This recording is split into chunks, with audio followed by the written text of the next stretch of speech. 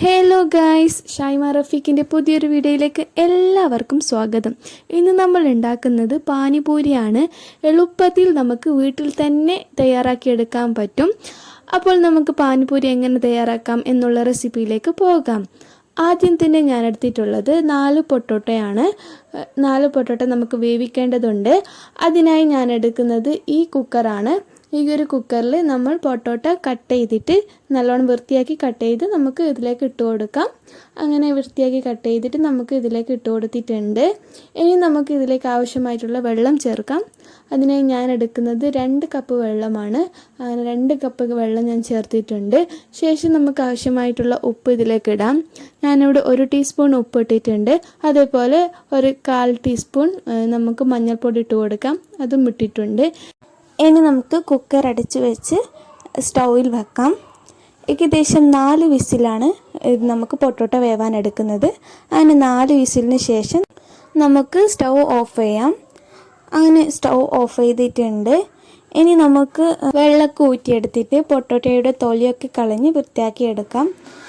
അങ്ങനെ എല്ലാ പൊട്ടോട്ടയും നമുക്ക് ചെയ്തെടുക്കാം. അങ്ങനെ തൊലിയൊക്കെ കളഞ്ഞ് വൃത്തിയാക്കിയിട്ട് എടുത്തിട്ടുണ്ട്. ഇനി നമുക്ക് ഒരു ഫോർക്ക് വെച്ചിട്ട് നമുക്ക് പൊട്ടോട്ട മുഴുവനായി പൊടിച്ചെടുക്കാം.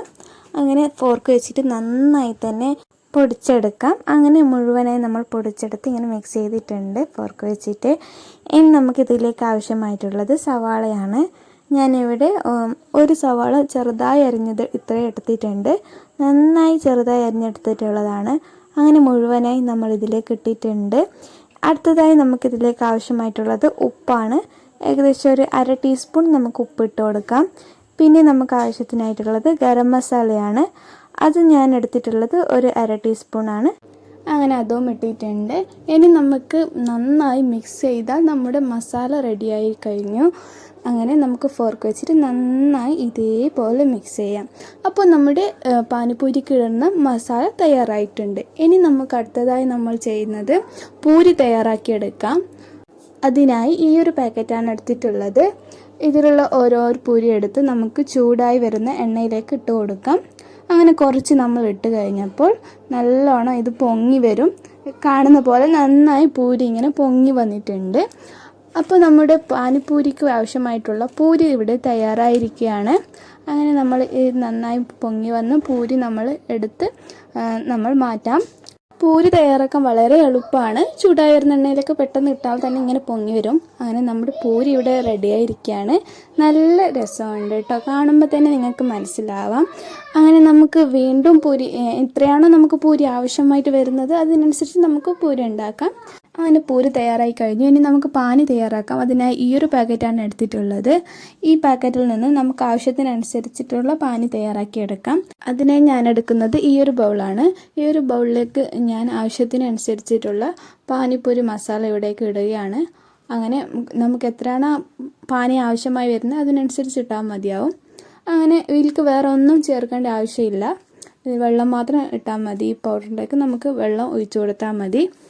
അങ്ങനെ നമ്മുടെ പാനി തയ്യാറാവുന്നതാണ്. അതിനിടയിൽ നമ്മുടെ ചാനൽ ആദ്യമായിട്ട് കാണുന്ന എല്ലാവരും ലൈക്ക് ചെയ്യുക, ഷെയർ ചെയ്യുക, സബ്സ്ക്രൈബ് ചെയ്യുക. കൂടെ കാണുന്ന ബെൽ ബട്ടൺ കൂടി പ്രസ് ചെയ്യുക. എങ്കിൽ ഞാനിടുന്ന എല്ലാ വീഡിയോസും നിങ്ങൾക്ക് നോട്ടിഫിക്കേഷനിൽ വന്ന് കാണാൻ സാധിക്കുന്നതായിരിക്കും. ഓക്കെ, അങ്ങനെ നമ്മുടെ പാനി ഇവിടെ തയ്യാറായിട്ടുണ്ട്. നമുക്ക് നമ്മുടെ പൂരി കുറച്ചൊരു പ്ലേറ്റിലേക്ക് മാറ്റാം. എന്നിട്ട് നമുക്ക് ഒരു പൂരി എടുത്ത് ഇങ്ങനെ ചെയ്യാം. ഞാൻ കാണുന്നത് പോലെ നിങ്ങൾ ചെയ്യാം. എന്നിട്ട് നമുക്ക് ഇതിലേക്ക് ഫില്ലിങ് ഇട്ട് കൊടുക്കാം. അങ്ങനെ പൊട്ടോട്ടയുടെ ഫില്ലിങ് നമ്മൾ തയ്യാറാക്കിയിട്ടുണ്ട്. അത് നമുക്ക് ഒരു സ്പൂൺ വെച്ചിട്ട് ഇതിലേക്ക് ഇട്ട് കൊടുക്കാം.